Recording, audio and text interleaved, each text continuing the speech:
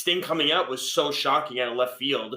It was, and the funny thing about that was that they're not allowed for major signings like that to surprise on Dynamite anymore. Because TNT got mad at it because they wanted everyone tuning in all at once. Instead of like, but like it's kind of weird, right? Like when you see it. So I thought the Brody Lee stuff was great. Bringing his son out was awesome. That was AEW's prove it moment. Prove it that you're a major player in professional wrestling, and they proved. Unfortunately, it had to be that way. No, of course, but you know what though, and they hit it out of the park with that. I mean, Drew winning the championship against Brock was phenomenal. It was a great moment for him. It was awesome, well deserved. And it's unfortunate he didn't get his moment to be the champion in front of a live crowd at WrestleMania.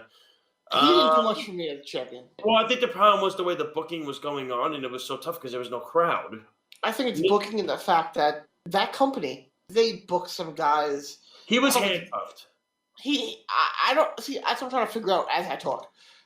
Was handcuffed from the company or handcuffed from him? Because I don't think he's very good on the mic, and he doesn't show much personality. No, I mean, to me, he's very dull personality-wise. He did in the beginning. He started showing personality when he first got the championship, but then it kind of got dull because he had the same matches.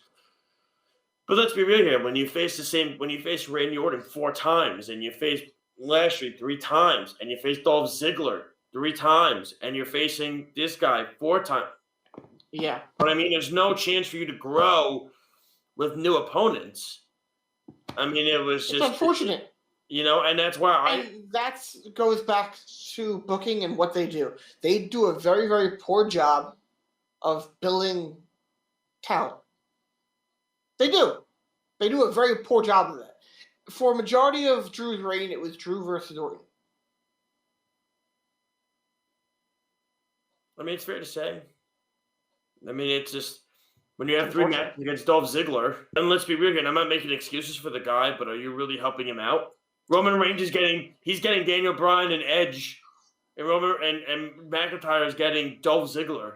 Is that really helping somebody out? No. So that's why I think. But hey, after he won and beat Brock Lesnar, he got to beat the Big Show. But you see, and that's what I'm saying. Like, we all get it. Oh, but Drew is so boring, and he's so. The hell do you want him to do? Look at who he's facing. Personality on the mic, though. I understand it, but how can you have personality if you're not giving him an opponent that is up to his caliber standard of a wrestler? How many times did he face Orton for? 3 or 4 times. Exactly, and Orton's damn good on the mic as a heel. But he's a face. He should be able to be better on the mic. And they actually asked Randy that question during the Stone Cold podcast. They asked Randy the question, how do you think Drew has been? He said, Drew was one of my favorite opponents ever.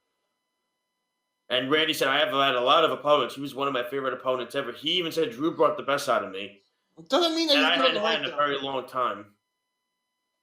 I don't think that has anything to do with him being good on the mic.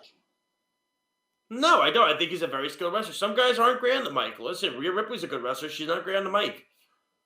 I think it's the way he talks. He's very monotone. That's my problem with him. You know what I said?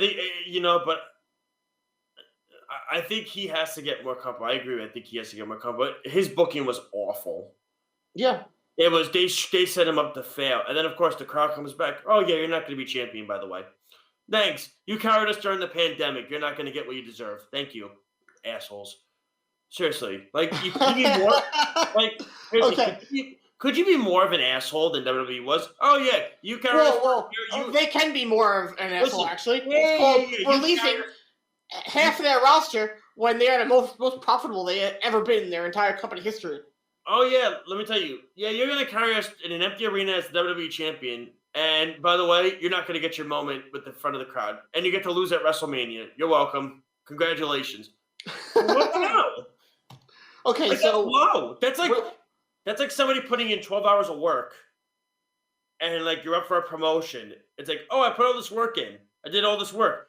Okay. And then you're going to give it to that guy who puts in a lot less work because for whatever reason, we're going to give it to him.